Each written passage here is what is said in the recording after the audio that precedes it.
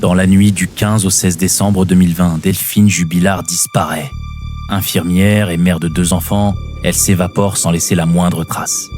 Nous sommes en plein hiver et en plein couvre-feu. Son mari, Cédric, dit qu'elle est sortie promener les chiens à 23h. Pourtant, les chiens ont été retrouvés à la maison ce soir-là. Et personne n'a vu Delphine dehors. Vers 23h07, une voisine entend des cris. Le fils du couple parle d'une dispute, de sa mère criant « Arrête, arrête, on va se séparer !» Cédric, lui, jure qu'il n'y a eu aucun conflit et qu'il aime Delphine comme au premier jour. De nombreux éléments étranges nous laissent imaginer le pire. À 4h du matin, il appelle les gendarmes. Et c'est à ce moment qu'il décide de lancer une machine à laver. À l'intérieur, la couette du lit conjugal. Il dira que les chiens avaient uriné dessus. Mais pourquoi faire une lessive à 4h du matin alors que sa femme vient de disparaître ?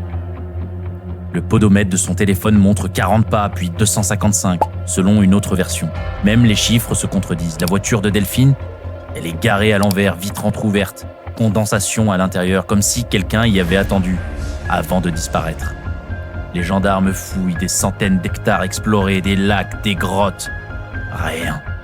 Pas de corps et pas d'armes. Et pas de scène de crime.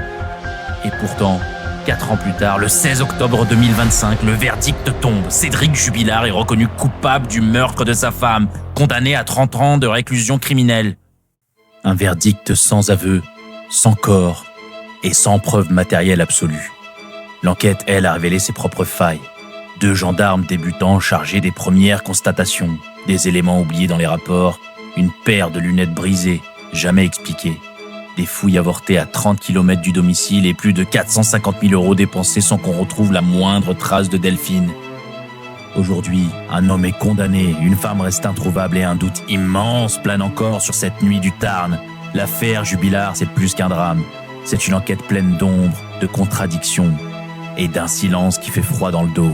Que s'est-il vraiment passé cette nuit-là ?